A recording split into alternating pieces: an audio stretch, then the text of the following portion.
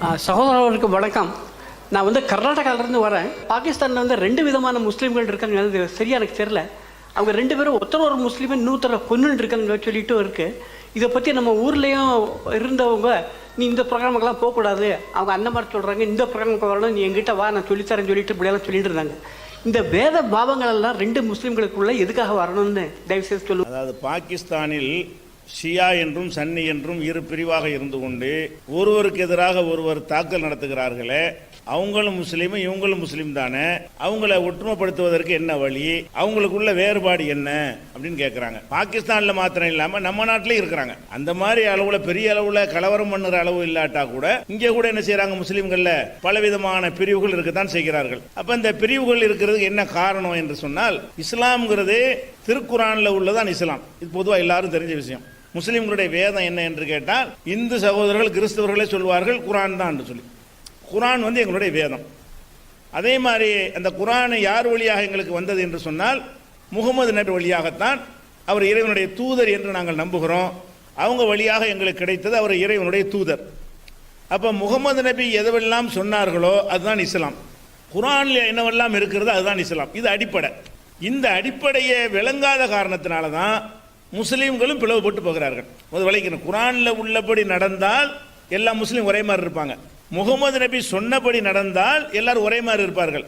ஆனா குரானை அதை ஒரு இது மாதிரி ஒரு பரக்கத்து என்று சொல்லுவாங்க மக்கள், ஒரு புனித பொருள் என்று கருதி மதிக்கிறாங்களே தவிர அதை படிக்கணும், அதை விளங்கணும், சிந்திக்கணும், அதன்படி நடக்கணும் என்கிற அடிப்படையில் இந்த குரானை அதிகமான முஸ்லீம்கள் பயன்படுத்துவது கிடையாது. இப்ப குரான் அரபு மொழியில் அருளப்பட்டிருக்கிறது. பாகிஸ்தானில் உள்ள முஸ்லீமுக்கு அரபி தெரியாது, இந்தியாவில் உள்ள முஸ்லீமுக்கு அரபு தெரியாது, உருது தான் இவர்களுக்கு தெரியும். உருது வேற அரபி வேற. குரான் அரபு மொழியில் இருக்கிறது. பாகிஸ்தான்ல இந்தியாவில் உள்ள அதிகமான முஸ்லீம்கள் பேசக்கூடிய மொழி உருது. இப்ப நாங்கள் தமிழ் பேசுகிறோம். மலையாள முஸ்லீம்கள் இருக்கிறார்கள், கன்னட முஸ்லீம்கள் இருக்கிறார்கள், மராட்டிய மொழி பேசுகிற முஸ்லீம்கள் இருக்கிறார்கள், இப்படி பல மொழிகள் இருக்கிறார்கள். அப்ப அரபு மொழியில் இருக்கிற குரானை அதை இவங்க விளங்க வேண்டும் என்று சொன்னால் அதனுடைய மொழிபெயர்ப்புகளை வச்சுதான் நாங்கள் விளங்க வேண்டி இருக்கிறது. தமிழ் கூறுற முஸ்லீம் குரானை விளங்க வேண்டுமா இருந்தால் குரானுடைய தமிழாக்கத்தை படிக்கணும், அப்பதான் அதை விளங்க முடியும்.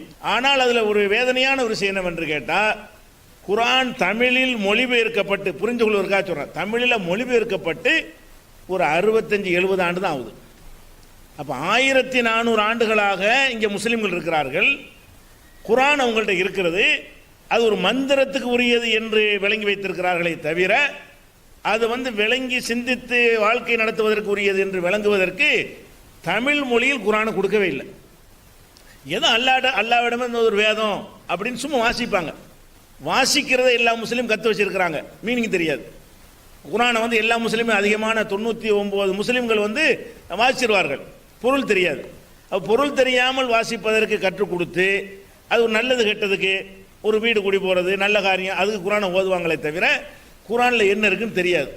அப்ப குரானில் என்ன இருக்கிறது, நபி என்ன சொன்னாங்க என்று தெரியாமல் ஒரு சமூகம் இருக்குமையானால் அவங்க இஸ்லாமிய வட்டத்துக்குள்ள நிற்குவான்னு சொல்ல முடியுமா? ஒரு சின்ன ஒரு விஷயத்தை சொல்றேன். இஸ்லாத்தினுடைய அடிப்படை கொள்கை வணக்கத்திற்குரியவன் அல்லாஹ்வை தவிர யாரும் இல்லை, லா இலாஹ இல்லல்லாஹ், எல்லாருக்கும் தெரியும்.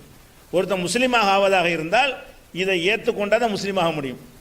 வணக்கம் என்பது அல்லாஹ்ங்கிற ஒருத்தனுக்கு தானே தவிர அல்லாஹ்வை தவிர எந்த மனிதனையோ மரத்தையோ மண்ணையோ ஊரையோ நாட்டையோ கடலையோ மலைகளையோ சூரியனையோ சந்திரனையோ வேறு எதனையுமோ வணங்கக்கூடாது. கடவுளை மட்டும்தான் வணங்க வேண்டும், ஒரே கடவுளை தான் வணங்க வேண்டும் என்பது இஸ்லாத்தின் அடிப்படை கொள்கை. இது அரபியில் லா இலாஹ இல்லல்லாஹ் என்று சொல்லுவோம். இங்க எல்லாருக்குமே அந்த வார்த்தையை கேள்விப்பட்டிருப்பீங்க, இந்த லா இலாஹ இல்லல்லாஹ்ங்கிற வார்த்தை. அப்ப அந்த கொள்கையில் இருக்கக்கூடிய நீங்க முஸ்லீம் இங்க பார்க்கிறீங்க, ஒரு மனிதர் இறந்துட்டார்னு வைங்க, அவரை புதைத்தி வைத்துக்கொண்டு தர்கா என்று கட்டி முஸ்லீம் என்று சொல்லிக்கொண்டு அதை வணங்குறாங்க.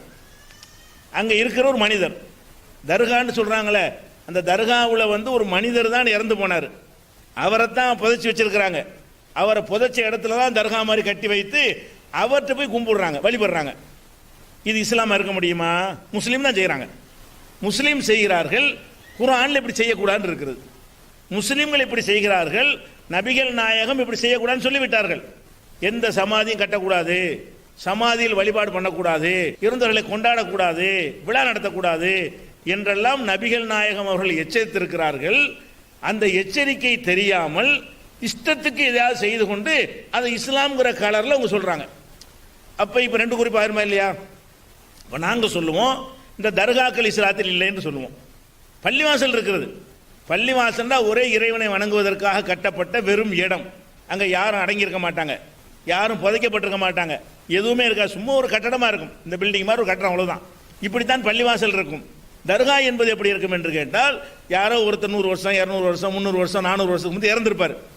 அவர் அடக்கம் பண்ணி வச்சு அந்த இடத்துல ஒரு சமாதியை கட்டி அதுக்கு மேலே ஒரு டூமை கட்டி அதை சுற்றி ஒரு வழிபாட்டு தலத்தை எழுப்பி அதில் போய் கும்பிடுவாங்க. அப்போ சாதாரண ஒரு விஷயம் லா இலாஹ இல்லல்லாஹ் என்பதிலேயே, அல்லாஹ்வை தவிர யாரையும் வணங்கக்கூடாது என்பதிலேயே இது தவறுன்னு விளங்குது. அப்போ குரானை படிக்காத காரணத்தினால இவங்க நினைஞ்சிட்டாங்க, இப்படி ஆயிட்டாங்க. அதே மாதிரி இப்போ எடுத்துக்கொண்டீர்களே, ஆனால் இஸ்லாத்தின் அடிப்படை என்ன தெரியுமா? முக்கியமான அடிப்படை. இப்போ நாங்கள் எல்லாம் முஸ்லீமாக இருக்கிறோம். நாங்கள் முஸ்லீமாக இருக்கிற யாருமே அரபு நாட்டில் நாங்கள் வரல. நான் இருக்கிறேன், இங்கே எத்தனை முஸ்லீம் சகோதரர்கள் இருக்கிறாங்க. நாங்கள் அரபு நாட்டிலேருந்து வந்தாள்களா? இல்லை, நாங்கள் இந்த நாட்டில் பிறந்தவங்க தான். நாங்கள் இந்த நாட்டில் பிறந்த ஒரு செட்டியாராகவோ முதலியாராகவோ ஒரு ஐயராகவோ ஒரு தலித்தாகவோ யாராகவோ நாங்கள் இருந்திருக்கிறோம். எங்கள் முப்பாட்டன் காலத்தில் பார்த்தீங்கன்னா இப்படி தான் நாங்கள் இருந்தோம். நாங்கள் இந்த இஸ்லாம் மார்க்கம் ஒரு நல்ல மார்க்கம் என்று மார்க்கத்தை தான் நாங்கள் ஏற்றுக்கிட்டோமே தவிர, நாங்கள் இங்கே உள்ள ஆளுக்கு தான், நாங்கள் இந்தியாவில் உள்ள ஆளுக்கு தான், இந்திய மக்கள் தான், இந்தியா தான் எங்கள் பூமி, இந்தியா தான் எங்கள் நாடு. அப்படியான இருந்தும் கூட நாங்கள் இஸ்லாம்ங்கிற வாழ்க்கை நிறைய மார்க்கத்தை நாங்கள் ஏற்றுக்கொண்டோம். ஏன் ஏற்றுக்கொண்டார்கள் என்று கேட்டிங்கன்னா, எங்கள் அப்பன் பாட்டன்மார்கள் ஏன் ஏற்றுக்கிட்டாங்கன்னு சொன்னால், இஸ்லாத்தில் அந்த சமத்துவத்தை பார்த்தாங்க. இஸ்லாம் மார்க்கத்தில் வந்து பிறப்புலை ஒரு வசந்தவர், இவர் தாழ்ந்தவர், இந்த குளத்தில் பிறந்தால் அது முதல் வரிசையில் நிற்பார், இந்த குளத்தில் பிறந்தால் அவர் கடைசியில் நிற்கணும் எங்கள் வழிபாட்டு தலத்தில், அப்படிங்கிறதெல்லாம் இஸ்லாத்தில் இல்லை என்பதை எங்கள் முன்னோர்கள் பார்த்தாங்க. பார்த்து இது நல்லா இருக்கு, எல்லாரையும் ஒரே மாதிரி பார்க்குறாங்களே அப்படிங்கிறதுக்காக வேண்டி எங்களுடைய முன்னோர்கள் நினைஞ்சாங்க, இஸ்லாத்துக்கு வந்தாங்க. அதனுடைய தொடர்ச்சியாக நாங்கள் வந்திருக்கிறோம். இங்கே இருக்கிற எந்த முஸ்லீமை எடுத்தாலும் 3 தலைமுறை 4 தலைமுறை ஒரு 5 தலைமுறைக்கு முன்னாடி போனால் அவர் இந்துவாகத்தான் இருந்திருப்பார், ஏதோ ஒரு மதத்தில் இருந்திருப்பார், புத்தராக இருந்திருப்பார். ஏதோ ஒரு மதத்தில் இருந்தவராக இருந்து இந்த அண்ணன் தம்பியாக இருக்கிறாங்க, சகோதரத்துவமாக இருக்கிறாங்க, இது நல்லா இருக்கிறது. பள்ளிவாசலுக்கு போனீங்கன்னா யார் முதல்ல வர்றாங்களோ அவங்க தான் முதல்ல, லேட்டாக வர்றவங்க லேட். குடியரசுத் தலைவராக இருந்த அப்துல் கலாமாக இருந்தாலும் சரி, டாக்டர் ராதாகிருஷ்ணன், ஜாகிர் ஹுசேன் இருந்தார், ஃபக்ருதீன் அலி அகமது இருந்தாங்களே, 3 ஜனாதிபதிகள் முஸ்லீமாக இருந்திருக்கிறாங்க. அவங்க கூட ஜும்மா பெருநாள் தொழுகைக்கு டெல்லி ஜும்மா மஸ்ஜிதுக்கு வந்தார்களே, ஆனால் லேட்டாக வந்தால் கடைசியில் நிப்பாட்டி போடுவாங்க, முதல் வரிசை போக முடியாது. குடியரசுத் தலைவர் வர்றாருன்னு சொல்லி பள்ளியாசலுக்குள்ள அவரும் போக விரும்ப மாட்டார், மக்களும் விட மாட்டாங்க. அப்போ இந்த மாதிரியான ஒரு சகோதரத்துவத்தை பார்த்து விட்டு தான் இஸ்லாத்திலே நாங்கள் ஈர்க்கப்பட்டோம். அப்போ குலத்தின் அடிப்படையில் இந்த ஜாதிக்கு பிறந்தவர், இந்த பரம்பரைக்கு பிறந்தவர் என்கிற சிறப்பு இஸ்லாத்தில் கிடையாது. ஆனால் இந்த ஷியான்னு சொல்கிறாங்க இல்லையா, அவங்களுடைய கொள்கை என்னவென்று சொன்னால், இஸ்லாத்தில் தலைமைத்துவம் வந்து நபிகள் நாயகத்தின் குடும்பத்துக்கு மட்டும்தான் இருக்கிறது, வேற யாருக்கும் அந்த தகுதி கிடையாது. இஸ்லாம் எதை ஒழிச்சிச்சோ அதை கொள்கையாக வச்சிருக்கிறாங்க. அவங்க எந்த ஒரு ஆட்சி அதிகாரம் எதுவாக இருந்தாலும் நபிகள் நாயகத்துடைய பரம்பரையாக இருக்கணும், அவங்க பரம்பரை தான் ஆட்சி தகுதியானவங்க, வேறவங்க ஆட்சி இருக்குமே ஆனால் அதை ஒழிக்கணும், இப்படிங்கிற கொள்கை அவங்க வச்சிருக்கிறாங்க.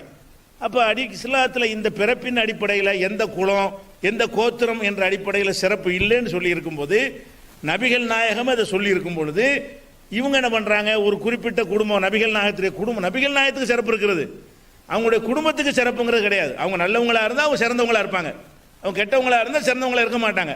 இந்த குடும்பத்தில் பிறந்தார் என்கிற காரணத்தினால சிறந்தவருங்கிற கொள்கை தப்பு. அந்த கொள்கையில் அந்த ஷியாங்கிற ஏன் இருக்கிறாங்க, அவங்க இஸ்லாத்தை குர்ஆனிலிருந்து படிக்கவில்லை, இஸ்லாத்தை வந்து நபிகள் நாயகத்தினுடைய போதனையிலிருந்து படிக்கவில்லை, அவங்க விரும்பினதை இஸ்லாமாக்கி கொண்டார்கள். எப்படி இங்கே உள்ளவர்கள் செத்து போனவர்களுக்கு தர்கா கட்டி அதை இஸ்லாமாக்கி விட்டார்களோ அந்த மாதிரி ஆக்கி கொண்டார்கள். அப்படி இருக்கிறதுனால தான் அவங்களுக்குள்ள அந்த சண்டையும், நீ வேற நான் வேற ஆகி விடுகிறது, இவன் அவன் அடிக்கிறது, இவன் அவன் அடிக்கிறது, இவன் அடித்தா திருப்பி அவன் அடிக்கிறது, இவன் குண்டு வச்சு அவன் போய் குண்டு வைக்கிறது, இவன் பள்ளிவாசலில் குண்டு வச்சு அவன் பள்ளிவாசலில் குண்டு வைக்கிறது என்கிற அளவு கெட்டு போனது காரணம் என்னவென்று சொன்னால், இஸ்லாத்தின் அடிப்படையை குர்ஆனிலிருந்து விளங்காமல், நபிகள் நாயகத்தின் விளங்காமல் அவரவர் இஷ்டப்படி புரிந்து கொண்டதுனால தான் இது வருகிறது. அப்போ குர்ஆனை படித்து நபிகள் நாயகத்தின் ஆதாரத்தின் அடிப்படையில் செயல்படணும் என்று பாகிஸ்தானில் உள்ள ஷியாவா இருந்தாலும் சரி, சன்னியா இருந்தாலும் சரி, இந்தியாவில் இருக்கிற முஸ்லீம்களில் உள்ள அனைத்து பிரிவும் சேர்ந்து குர்ஆன் படி நடப்போம், நபிகள் நாயகம் சொன்னபடி நடப்போம்னு முடிவு எடுத்தால் ஒரு இஸ்லாம் தான் இருக்கும், ஒரு முஸ்லீமாக தான் இருப்பார்கள். குர்ஆனில் உள்ளபடி கட்டுப்படுவோம். உதாரணம் உங்களுக்கு புரிந்து கொள்வதாக இருந்தால், முஸ்லீம்களுடைய திருமணங்கள் நீங்கள் பார்த்துருப்பீங்க.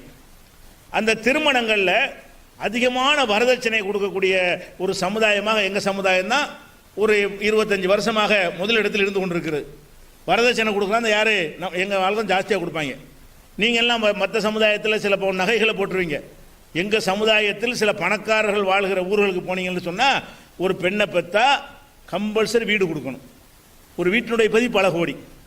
வீடு கொடுத்தாக வேண்டும், கார் கொடுக்க வேண்டும், கிலோ கணக்கில் நகை கொடுக்க வேண்டும். கிலோ கணக்கில் 1.5 கிலோ 2 கிலோ நினச்சிவாங்க நகை கொடுக்க வேண்டும். இது யாருக்கு? பெண்ணை ஒருத்தன் கல்யாணம் பண்ணி கொள்வதற்காக வேண்டி இவ்வளவும் கொடுக்க வேண்டி இருக்கிறது. இந்த மாதிரி கொடுக்கிறார்கள். இஸ்லாத்தில் உள்ளதா? குரானில் என்ன இருக்குன்னு கேட்டால் ஆண்கள் தான் பெண்களுக்கு கொடுக்கணும் இருக்கு. குரானை படித்து பார்த்தீங்கன்னா ஆண்கள் பெண்களுக்கு நீங்கள் கொடுக்கணும், பெண்கள்ட்ட வாங்கக்கூடாது. திருமண விருந்து உள்பட அனைத்தும் ஆணுடைய செலவு என்று இஸ்லாம் மார்க்கத்தில் வலியுறுத்தப்பட்டிருக்கிறது. குரானிலே அப்படி தான் இருக்கிறது, நபிகள் நாயகத்துடைய போதனை அப்படி தான் இருக்கிறது. ஆனால் இஸ்லாத்தின் பெயரால் இதெல்லாம் செய்கிறாங்க இல்லையா? எதனால் செய்கிறாங்கன்னு புரியலை. இஸ்லாம்ங்கிறது அவங்க விரும்பினதை இஸ்லாம் நினைத்து கொண்டிருக்கிறார்கள். இஸ்லாத்தை இஸ்லாமா நினைத்தால் சண்டை வராதுங்க. அவர் எதெல்லாம் விரும்புகிறாரோ அதை இஸ்லாம் நினைச்சுக்கிறார். ஆடுறது பாடுறது கூத்தடிக்கிறதெல்லாம் இஸ்லாம் நினைத்து கொண்டிருக்கிறார்கள். ஒரு முஹர்ரம் மாதம் 10ஆம் நாள் வந்து விடுமையானால் என்ன செய்கிறாங்க? உடம்பை கத்தியால் குத்தி கிழிச்சுக்கிட்டு ஊர்வலம் போகிறத பார்க்குறீங்களா? ஹசன் ஹுசேன் கத்திக்கிட்டு போவாங்க. இது ஒருத்தன் இஸ்லாத்தில் வந்து இப்படி காயப்படுத்துகிற தடை இருக்கிறது. ஒரு முஸ்லீம் வந்து எந்த காரணத்தினாலையும் தன்னை வேதனைப்படுத்திக் கொள்ளக்கூடாது, சாற்றால் அடித்துக் கொள்ளக்கூடாது, தன்னைத்தானே துன்புறுத்திக் கொள்ளக்கூடாது. இப்படி சொல்லி தரக்கூடிய ஒரு மார்க்கத்தில் அந்த முஹர்ரம் 10ஆம் தேதி முகமது நபியுடைய பேரப்பிள்ளைய வந்து ஒரு கொல்லப்பட்டார். அந்த நாள் நினைத்து கொண்டு தங்களை தாங்களே இவங்க என்ன செய்கிறாங்க? அந்த ஷியா போராங்கிற குரூப் வந்து வேதனைப்படுத்திக் கொள்கிறார். இது இஸ்லாத்தில் இல்லை. ஏன் இதை செய்கிறாங்கன்னு கேட்டால் அவங்க நினைச்சதை இஸ்லாம் நினைக்கிறாங்க. அவங்க எதை ஆசைப்படுகிறார்கள் அது இஸ்லாம். எனக்கு வரதட்சணை வாங்க ஆசை இருக்கா? அது இஸ்லாம். நான் வந்து விபச்சாரம் பண்ண ஆசை இருக்கா? அது இஸ்லாம். திருடுறதுக்கு ஆசை இருக்கா? அது இஸ்லாம். அப்படி நினைக்கிறார்களே தவிர இஸ்லாம்னா குரானில் உள்ளது, இஸ்லாம்னா முகமது நபி சொன்னது. இப்படி வந்து விட்டால் முஸ்லீமுக்குள்ளேயும் சண்டை கிடையாது, முஸ்லீம் அல்லாதுன்னு சண்டை போடுறானே அதுக்கு இடம் கிடையாது. குரானில் அதுக்கு இடமே கிடையாது. நபிகள் நாயகத்தினுடைய மார்க்கத்தில் எந்த ஒரு இடமும் கிடையாது. அந்த மாதிரியான ஒரு அடிப்படையின் காரணத்தினால தான் பாகிஸ்தானில் சண்டை போட்டு கொண்டிருக்கிறார்கள். இங்கேயும் அது மாதிரியான சண்டைகள்லாம் இருக்கிறது. ஓரளவுக்கு தமிழகத்தை பொறுத்த வரைக்கும் எங்களுடைய 35 வருஷ பிரச்சாரத்தில் வரதட்சணை பெருமளவு ஒழிச்சிருக்கிறோம். இந்த இறைவன் தர்கா வழிபாட்டை குறைச்சிருக்கிறோம். தர்காவுக்கு போகிற கூட்டமெல்லாம் கம்மியாக, இந்துக்கள் தான் ஜாஸ்தியாக போயிட்டு இருக்கிறாங்க.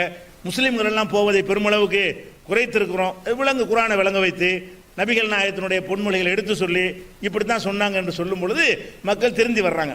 அந்த அடிப்படையான வேலைகளை பாகிஸ்தானில் யாரும் ஆரம்பிப்பார்களே ஆனால் கண்டிப்பாக ஒன்றுபடுவாங்க, சண்டைகள் ஓஞ்சிரும். அது இல்லாத வரைக்கும் இது வரத்தான் செய்யும். இதுதான் காரணம்.